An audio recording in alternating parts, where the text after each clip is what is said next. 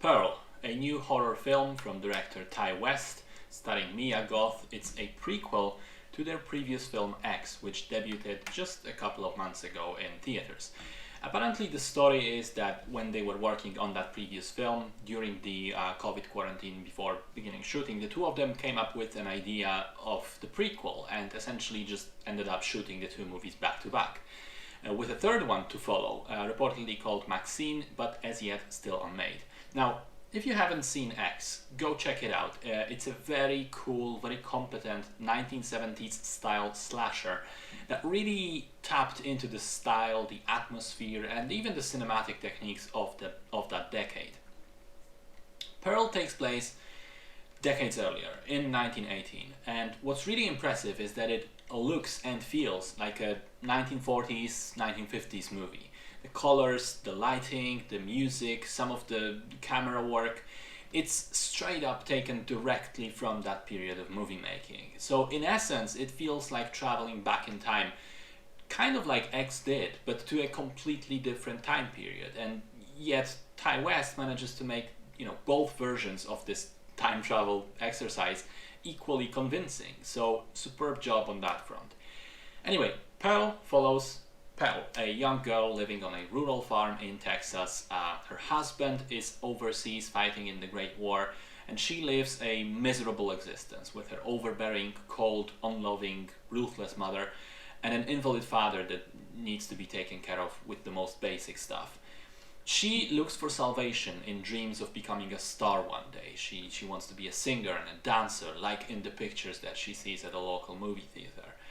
One day she finds out about an upcoming audition to become a professional dancer and to sort of go on a tour around the entire state, and she begins to look forward to that as a chance of her escape from the mundane life. But of course, the pressure from her family is mounting to keep her at the farm. That's as much as I'm saying, but the movie still sits very firmly in the slasher genre. It does have a different pacing from X and from other slashers. Instead of dread from the get-go and then mayhem soon after, it's kind of a slower, more character-driven film with focus on the psychological aspect of spiraling out of control and snapping to become a killer. And I think it's doing a very good job of that.